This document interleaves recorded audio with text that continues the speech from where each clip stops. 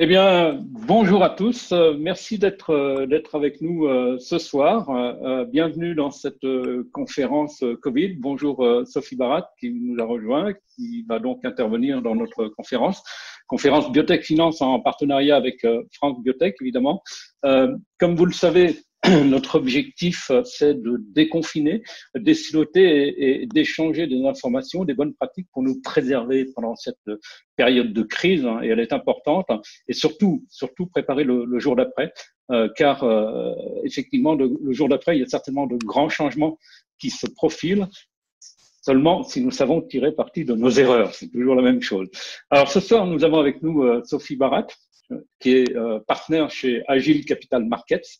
C'est une banque d'affaires qui est active dans la health tech, hein, et qui a été fondée par Eric Cohen. Agile intervient dans de nombreux dossiers, notamment celui dont on a souvenir, c'est celui d'Acticor, que beaucoup d'entre nous connaissent. Et elle est au cœur de la relation investisseur-entrepreneur. C'est une place privilégiée, hein, puisqu'on a les entrepreneurs d'un côté et les investisseurs de l'autre. Et voilà, donc avant de donner la parole à Sophie, un tout petit rappel. Son intervention va durer une quinzaine, vingtaine de minutes, peut-être moins, peu importe. Nous passerons ensuite aux questions-réponses de la salle. Nous sommes nombreux aujourd'hui. Et puis ensuite, nous aurons donc ces questions-réponses, mais tout d'abord, avant de lui donner la parole, de lui céder la parole, je voulais rappeler deux choses quand même exceptionnelles cette semaine. D'abord, Guy Delker qui a bouclé un fonds à 450 millions de dollars. Ça, c'est une nouvelle très importante de la semaine. Et puis celle qui est tombée ce soir, que vous connaissez sans doute aussi, Iteos Thérapeutique, qui est une biotech belge notamment, qui vient de boucler un tour B à 125 millions d'euros. C'est l'immunothérapie. Voilà, donc nous avons un des investisseurs dans la salle. On pourra nourrir le débat tout à l'heure. Sophie, c'est à vous. Le point sur cette situation aujourd'hui, où est-ce qu'on en est? Quel est votre point de vue? À vous. Merci à vous, Jean-Bernard, pour cette invitation. Donc, à nouveau, pour situer l'expérience qui est la nôtre, Agile Capital Market est une banque d'affaires de petite taille, bien sûr, une boutique. On fait du travail ciselé, du travail à la main, pour des sociétés de life science et leurs opérations de financement, donc que ce soit de la levée de fonds ou que ce soit des opérations de M&A. On travaille en biotech, medtech, santé digitale et diagnostic pour des sociétés qui sont européennes ou israéliennes. C'est notre champ habituel. On travaille bien sûr avec des fonds qui sont européens, mais aussi des fonds américains, des fonds chinois et asiatiques de manière générale.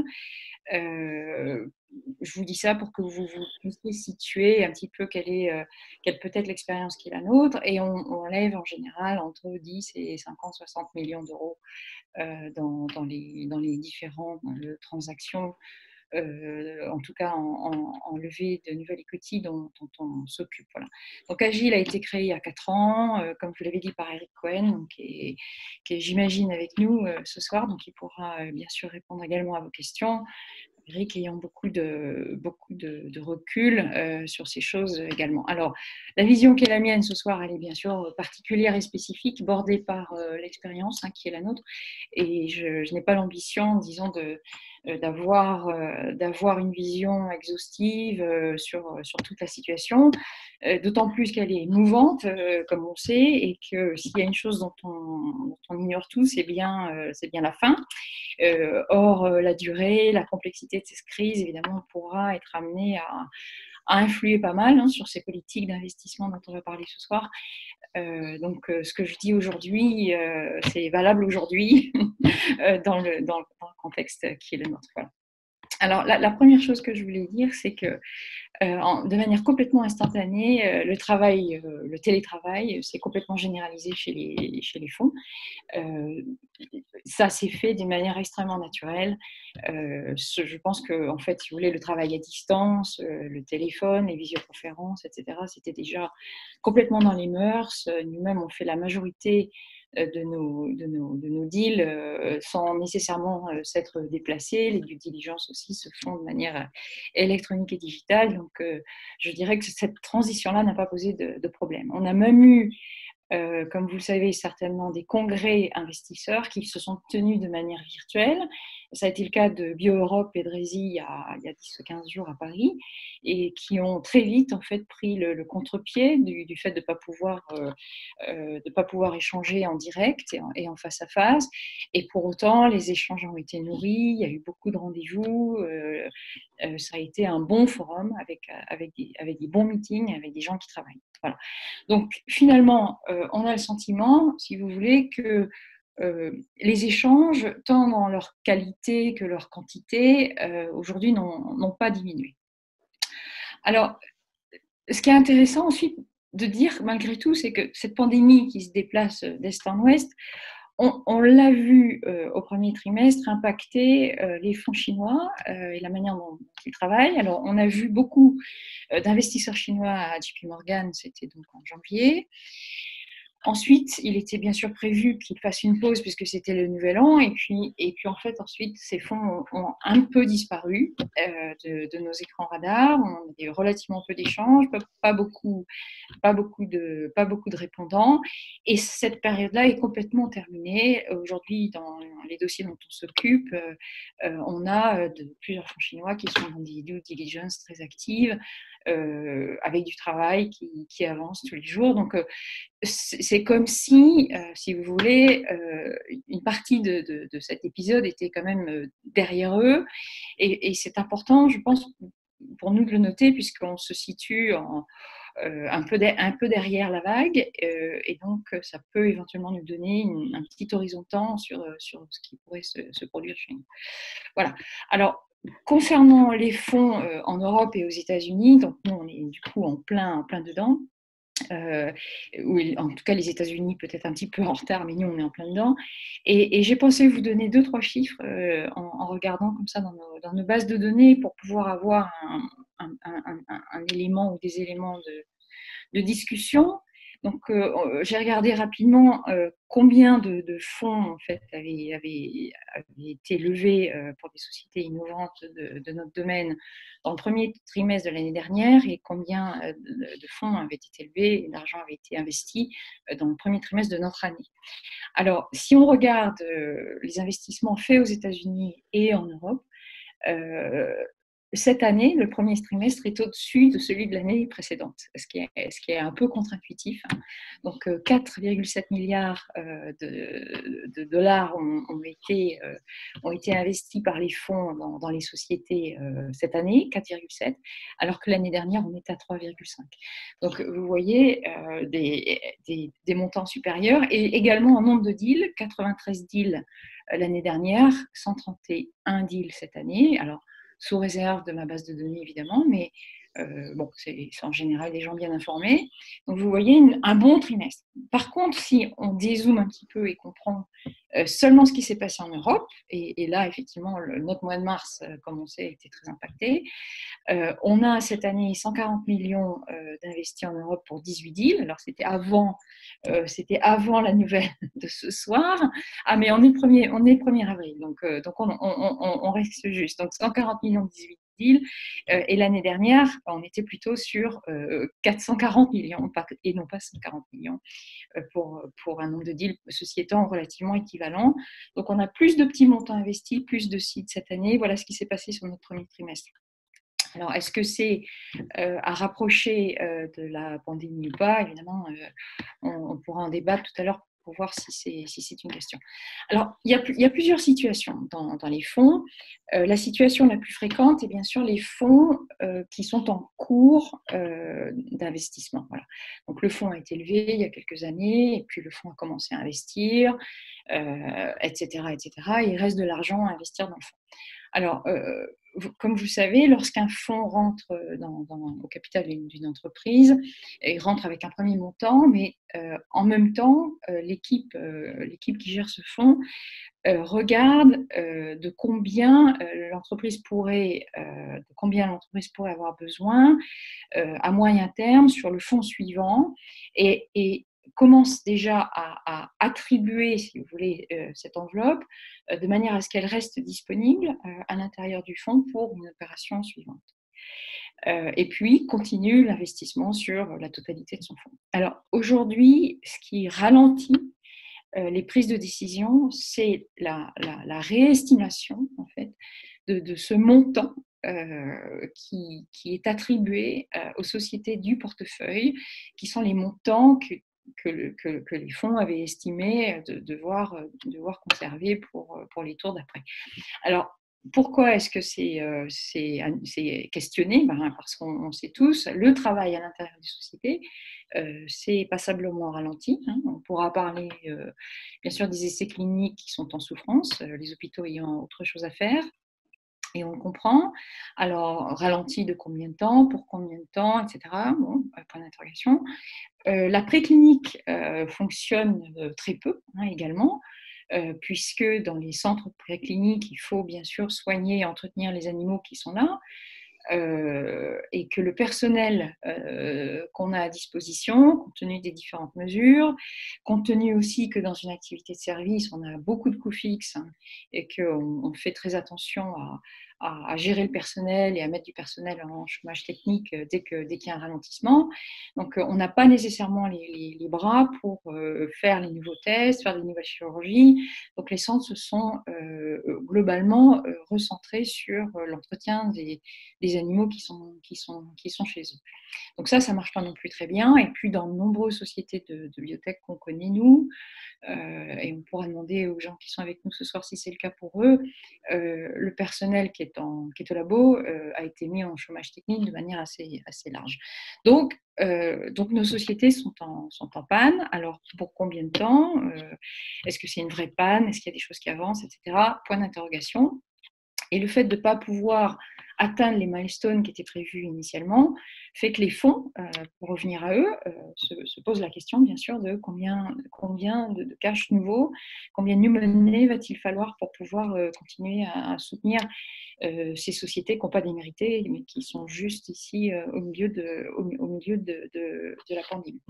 Alors, ce travail, les fonds ont du mal à le faire parce que, et c'est là où on est un petit peu dans un cercle vicieux, les entreprises qui souhaiteraient lever de l'argent souffrent du fait que leurs collègues ne donnent pas toujours, au fond, l'estimation du scénario A, du scénario B, du scénario C, de la gestion de la crise.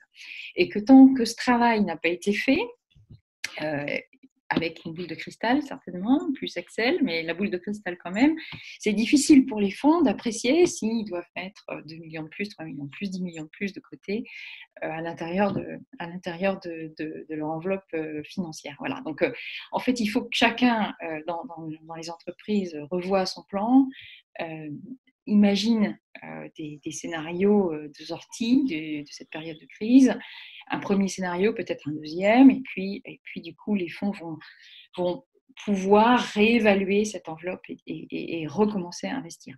Alors, ils font tout ça, les fonds, et en même temps, ils continuent à regarder des nouveaux dossiers. Donc, on a des gens au téléphone, en conférence, qui nous disent avoir énormément de travail. Il y a quelqu'un qui me disait tout à l'heure qu'il n'a jamais autant bossé qu'il y a 20 ans, qui bosse 15 heures par jour, y compris le samedi et parfois le dimanche matin, parce qu'il ne peut pas gérer l'extraordinaire de la situation, plus continuer à regarder les dossiers dans un temps de travail qui était le sien d'avant la pandémie. Voilà. Donc beaucoup de travail et des gens qui sont disponibles au téléphone et que malgré tout on a régulièrement. Voilà. Donc ça, c'est la situation des fonds qui sont en cours. Alors bien sûr, il y a les nouveaux fonds dont vous avez parlé tout à l'heure, Jean-Bernard. Donc il y a Guild qui a levé 450 millions. Il y a LSP, il ne faut pas oublier, c'était en janvier, mais enfin ils ont levé 600 millions. Il y a Jeto en France, etc. Donc, alors eux, ils vont être dans une logique différente. L'argent est là, les LPs sont committed, c'est un engagement qu'ils ont pris, donc et l'engagement reste. D'autant que cette crise peut aussi créer des opportunités, on en parlera pour terminer. Et donc eux vont être, si vous voulez, demandeurs d'investissement. Et on ne va pas se cacher que, compte tenu des situations, la situation dans laquelle on est, ils peuvent espérer faire de bonnes affaires aussi, hein, et mettre un peu de pression sur les valorisations des sociétés. Voilà. Donc les gens qui sont en situation ici de recherche de fonds, moi, je pense qu'ils vont trouver, hein, notamment tous les bons dossiers, toutes les belles histoires vont se financer. Est-ce qu'elles vont se financer à la valeur qu'on souhaite? Bon, bah, évidemment, tout va dépendre de l'horizon de temps de chacun et puis de l'horizon de cash, hein, évidemment. Donc, c'est toujours la même histoire. Plus on a d'argent et moins on en a besoin et plus les conditions seront meilleures. Voilà. Alors, je vous disais donc au milieu de toute cette crise, se créent quand même également des opportunités. J'ai un investisseur qui me disait cette semaine qu'il était tellement heureux parce qu'une de ses sociétés vient de mettre au point un test sérologique contre le Covid-19 qui a l'air de bien fonctionner. Donc là, tout le monde est sur le pont, c'est les branle-bas de combat pour le faire tester, etc. Mais il n'y a pas que ce genre de société. Il y a aussi les gens qui étaient dans les maladies infectieuses, qui avaient beaucoup de mal à se refinancer. Je pense qu'il y a un jour assez nouveau là, qui est en train d'éclairer leur cas. Il y a les sociétés du digital health.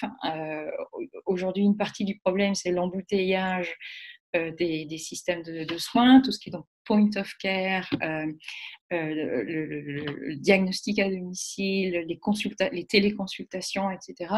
Tout ça, ce sont des pans entiers de nos entreprises qui peuvent être amenés à fleurir plus que d'avant la crise du Covid. Donc, c'est comme toujours, c'est un paysage un peu contrasté, d'opportunités pour certains, de temps plus difficiles pour d'autres.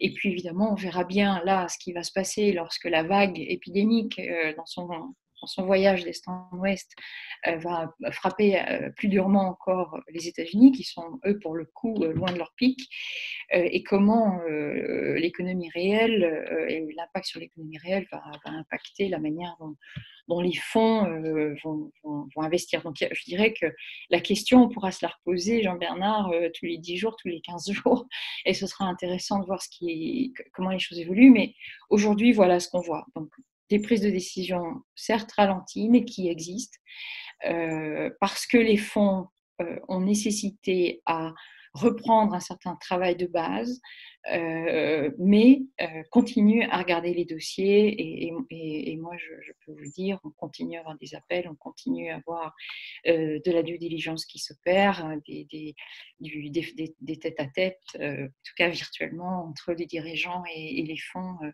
Ce travail-là n'est pas interrompu. Voilà. Bien, merci Sophie pour cette intervention. Je crois que ça va générer beaucoup de questions depuis la salle. Qui souhaite poser la fameuse première question?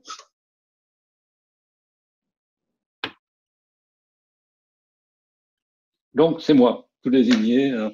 Ouais, j'ai lu un billet brillant de André Choulika qui est paru, il l'a publié hier, sur beaucoup d'incertitudes sur les investissements et sur ce qui allait se passer dans l'avenir, qui pouvait bloquer un peu les choses. Il prend comme exemple ce confinement, tant que 60% de la population ne sera pas immunisée, on n'est pas certain qu'il n'y ait pas une seconde vague, comme un peu ça s'est passé avec la fameuse grippe espagnole à l'époque. Et lui dit que ça risque de retarder beaucoup les opérations, mais vous semblez finalement, on semble échapper à ça. En fait, l'investissement semble échapper à cette logique du confinement, déconfinement. Qu'est-ce que vous en pensez? Ouais, je dirais plusieurs choses, Jean-Bernard. D'abord, fort heureusement, on n'est plus en 1918, donc il n'est quand même pas impossible qu'il y ait des traitements, d'accord, ou des conjonctions d'approches thérapeutiques qui finissent par produire des effets. Il n'est pas impossible qu'on ait un vaccin.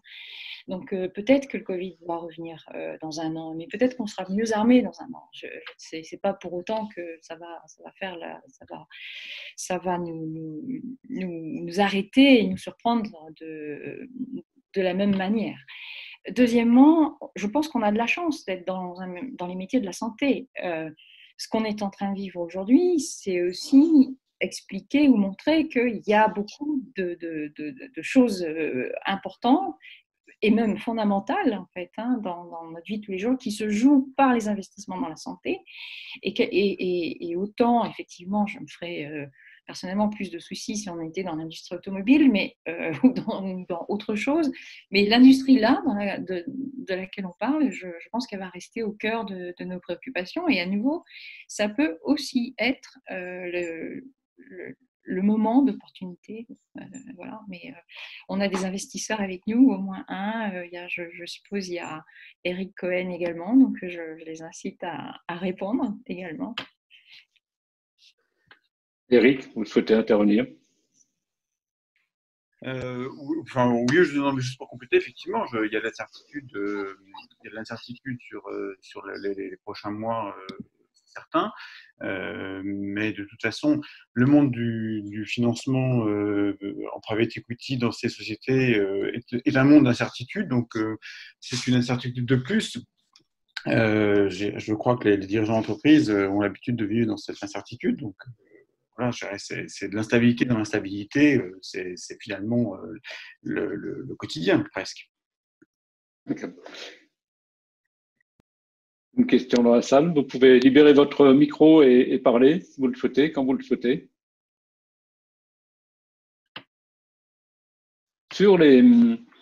Justement sur les analyses que font les investisseurs quand ils plongent dans leur dossier, quelles sont les priorités? Qu'est-ce qu'ils regardent finalement quand ils doivent réalimenter, si on peut dire, une société? Est-ce qu'ils vont faire le choix de la réalimenter pour la sauver ou simplement comment ça se passe? Donc là, votre question, c'est pas sur le premier investissement, Jean-Bernard, c'est après. Oui, c'est le coup d'après. Bon, je pense que globalement, les investisseurs sont quand même très attachés aux sociétés dans lesquelles ils sont. Alors, à moins qu'il y ait eu beaucoup de mauvaises surprises, qu'il y ait eu beaucoup de contre-performances, je ne sais quoi, moi, qu'il y ait eu des gros problèmes humains dont on n'arrive pas à se séparer, ou des grosses incertitudes techniques, etc. Je pense que globalement, dans les sciences de la vie où on sait que l'innovation n'est pas linéaire, c'est pas un long fleuve tranquille où on est tous face à des moments où ça fonctionne, d'autres ça fonctionne pas, on a des déceptions et on a aussi des grands moments d'enthousiasme, que les fonds connaissent ça, vivent ça au quotidien et que quelque part leur commitment vis-à-vis des sociétés de leur portfolio demeure, quoi, et que c'est pas un retard de 6 mois ou de 8 mois qui va changer la donne. Donc je pense qu'ils vont bien sûr revoir les résultats opérationnels obtenus et puis ils vont essayer de comprendre ce qui nourrit le cash burn de la société là pendant les mois qu'on est en train de vivre, et les décisions vont se prendre facilement. Je ne pense pas que les sociétés soient abandonnées, si vous voulez, par les investisseurs qui sont partie de l'équipe et partie de l'aventure. Voilà, je n'imagine pas ça, ou dans des cas assez rares, un niveau de déception, mais peut-être que de toute façon, ces décisions-là auront été prises de toute façon. Enfin. Est-ce que, par ailleurs, la crise dans laquelle nous sommes peut ouvrir les yeux à un certain nombre d'investisseurs qui n'étaient pas du tout engagés dans la santé et les emmener vers ce secteur-là, vers des investissements qui ont du sens, un sens réel, celui de sauver des vies, et qu'ils n'avaient pas forcément perçu avec la même acuité, on va dire, autrefois? C'est triste, Jean-Bernard, mais vous vous êtes gelé pendant suffisamment longtemps. D'accord, donc vous ne m'avez pas entendu. Bon, je reprends cette question. Est-ce que ce type de crise peut dégeler à ce moment-là un certain nombre d'investisseurs qui ne regardaient pas du tout la santé et qui finalement vont trouver qu'il faut donner un peu plus de sens à ce qu'ils faisaient et rentrer dans ce secteur qui les effrayait et qui aujourd'hui est nécessaire? En fait, moi, je le pense, et je le pense d'une part, et je l'espère d'autre part, parce que, et en fait, c'est pas seulement une quête de sens, hein, parce que, vous voyez, on pourrait se dire où sont les investissements sur l'environnement, parce que s'il y a quelque chose qui a du sens, c'est aussi ça. Mais ici, là, on est aussi dans un cas, dans des choses très spécifiques. Il y a un marché, il y a une économie, c'est déjà beaucoup de dépenses des différents États, qu'on soit aux États-Unis, en Europe, et puis les dépenses dans la santé en Chine sont bien sûr en grande progression. Donc, c'est aussi économiquement un terreau fertile pour des profits, pour du TRI, etc. Donc, il y a de l'intérêt à mettre de l'argent dans la santé, économiquement, bien sûr. Une question de la salle? Oui, je ne sais pas si on m'entend. Oui, très bien, Anne-Laure. Bonsoir, Anne-Laure Julien, donc de Biotech Finance. Moi, j'ai une question sur les LPs. Comment réagissent-ils là, au regard de ce que vous avez pu observer jusqu'à présent? Et est-ce qu'ils ont des clauses qui leur permettraient de sortir, de demander le remboursement anticipé, en cas de crise sanitaire, évidemment? Moi, Anne-Laure, je ne suis pas dans les contrats, hein, entre les investisseurs et leurs LPs, donc je ne peux pas répondre à cette partie-là de la question. Ce que plusieurs fois les investisseurs m'ont dit, c'est que, bien évidemment, les LPs appellent pour souhaiter avoir des éléments de compréhension en disant, voilà, alors il y a qui on a dans le portefeuille, et ces sociétés-là, elles en sont où, et qu'est-ce qui va se passer, et rappelez-moi à nouveau ce qu'on s'était dit, quand est-ce qu'ils ont besoin à nouveau d'un peu d'argent, et c'est quoi leur cash en ce moment. Et donc, tout le monde cherche des clés de compréhension. Et c'est là-dessus que travaillent les fonds. Ils le font pour eux-mêmes, évidemment, pour savoir comment allouer l'argent, mais aussi parce qu'ils ont des questions assez nourries de leurs LPs qui ont besoin d'avoir cette compréhension. Et donc, c'est tout ça qui est en train de se faire aujourd'hui. Est-ce que pour autant, ils retirent leur billet? Non, sincèrement, je ne crois pas. Je ne l'ai pas entendu de nulle part. Voilà. Un besoin de clarification, oui.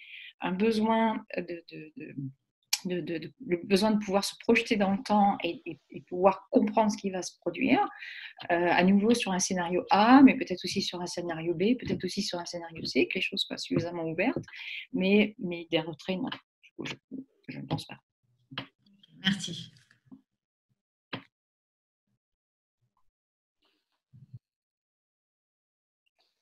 Je reprends la parole, à quel type de société profite l'investissement aujourd'hui? Quelles sont celles qui vont être privilégiées? Est-ce que, on a quelques petites sociétés qui sont en train de chercher des fonds activement, qui sont pas forcément encore entourbés dans des tourbées du niveau, effectivement, de celui qu'on a vu tout à l'heure à 125 millions d'euros. Donc, pour toutes ces sociétés qui sont un peu en dessous de ce niveau-là, qui sont en pleine expansion, quelles sont celles qui vont le plus en tirer parti, qui peuvent le plus en tirer parti, et comment? Je dirais qu'il y a les trends qu'on connaît aujourd'hui. Hein, donc, l'immuno-onco a bien sûr un gros intérêt, parce que tout ce qui touche au cancer, on parle quand même de tellement de patients. C'est une évidence, avec parfois encore dans certains cancers des taux de décès importants. On voit bien qu'il y a des choses à faire. Donc, l'immunothérapie, ça reste quelque chose de fort.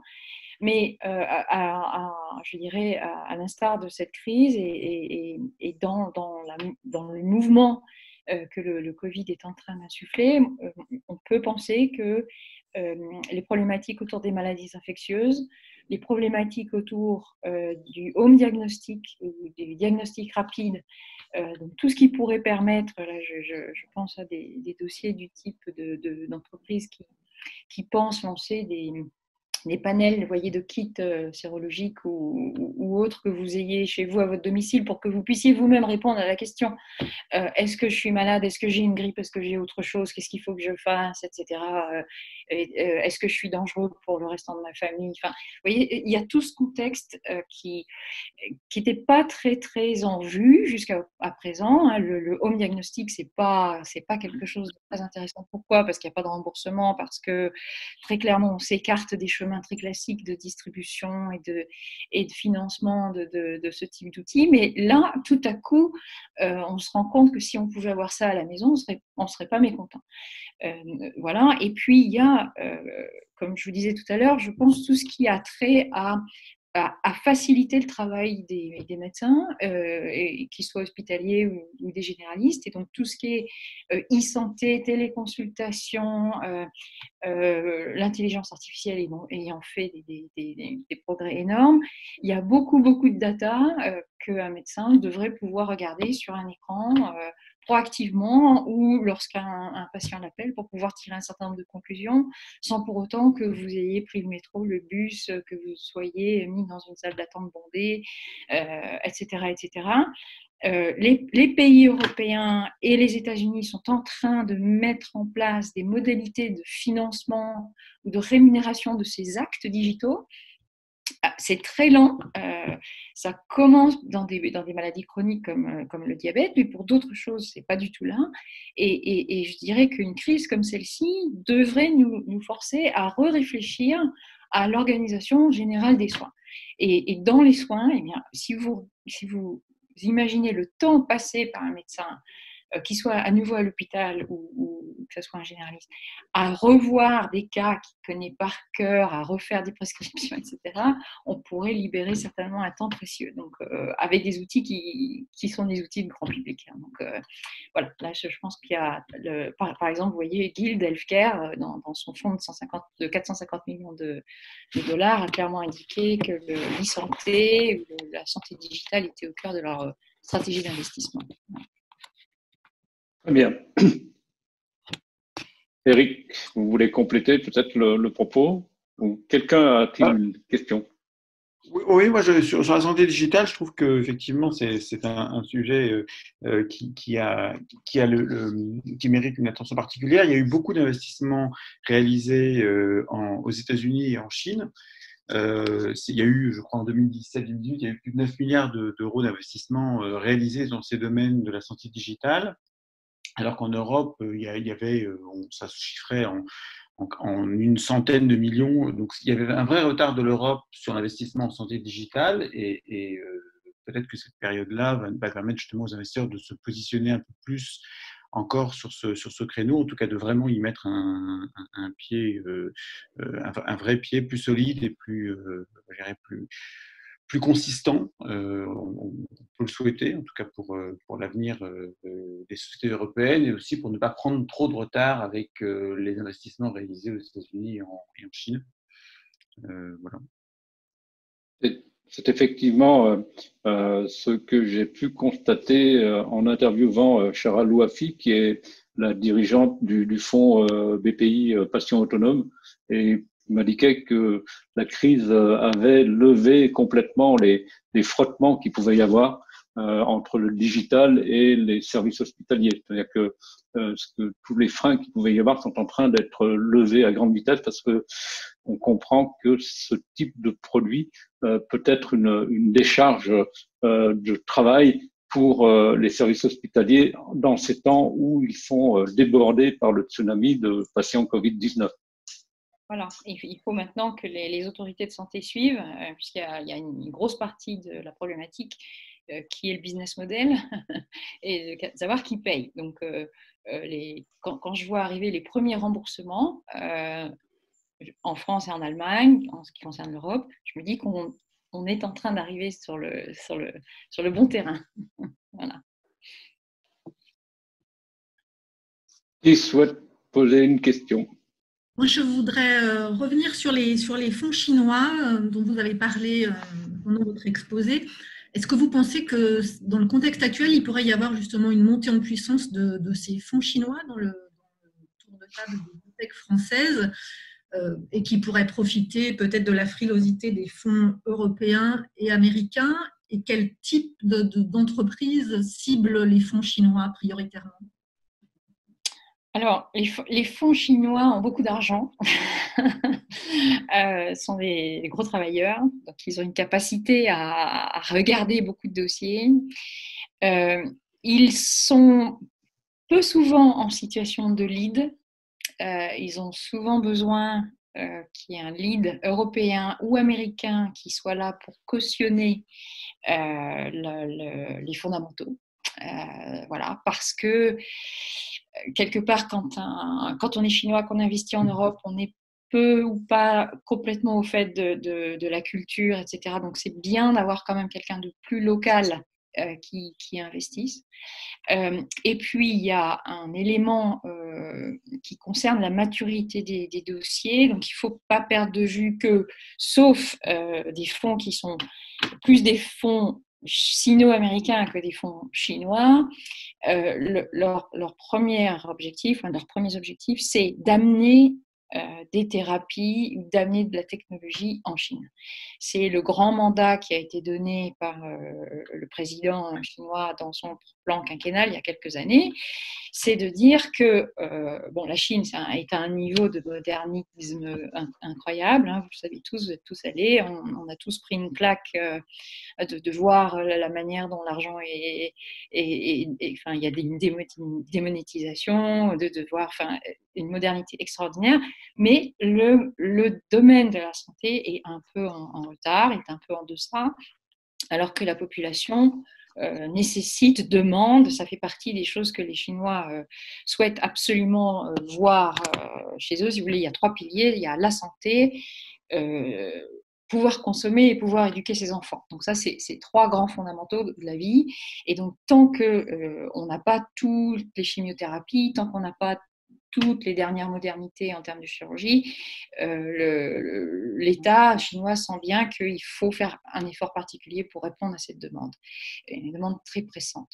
Et donc, ils veulent investir dans des choses qui vont arriver chez eux. Donc, souvent, ou parfois, mais souvent, Eric, tu pourras compléter, l'accord d'investissement peut aller de pair avec un accord de licensing. Donc, il y a des éléments de commerce, enfin business, qui interviennent dans la discussion, ce qui fait que, par voie de conséquence, presque naturellement, les dossiers que les fonds chinois aiment bien regarder sont des dossiers dans lesquels on n'est pas trop loin d'un aboutissement commercial. On investit plus difficilement dans des dossiers qui sont à 5-10 ans et plus facilement lorsqu'il y a déjà de la preuve clinique, lorsqu'il y a déjà un chemin comme ça réglementaire qui a été qui est entamé pour pas qu'on se retrouve sur du préclinique lointain à pas exactement comprendre de quoi il est question. Voilà, donc ça c'est important. Mais Eric, je veux bien que tu complètes la réponse si tu veux. Non, mais enfin, je suis d'accord avec ce que tu dis, mais pour finir sur la question d'Anne-Laure, est-ce que les fonds vont venir plus massivement, les fonds chinois vont venir plus massivement en Europe? Ils regardent beaucoup, ils sont quand même de plus en plus présents et ils sont très diversifiés, donc ils ont des attentes et des regards aussi diversifiés que les fonds européens ou les fonds américains. Donc il n'y a pas je ne crois pas qu'il y ait de focus particulier des fonds chinois sur l'Europe. Ce qui est vrai, c'est qu'il y a eu énormément d'investissements de fonds chinois aux États-Unis dans les années passées et qu'aujourd'hui, les rapports entre les deux pays étant plus difficiles, il y a beaucoup de fonds chinois qui se tournent quand même vers l'Europe en se disant tiens, on a déjà fait pas mal d'investissements aux États-Unis, ça se complique un peu, regardons du côté de l'Europe voir comment ça se passe. En plus, les valorisations sont bien plus faibles, les valorisations des sociétés européennes, donc c'est peut-être intéressant. Voilà. Mais donc finalement, ils sont déjà là, enfin ils sont déjà en train de regarder, ils regardent déjà beaucoup de dossiers en Europe. Donc, Et du côté des entreprises, il y a un bon accueil de ces investisseurs chinois?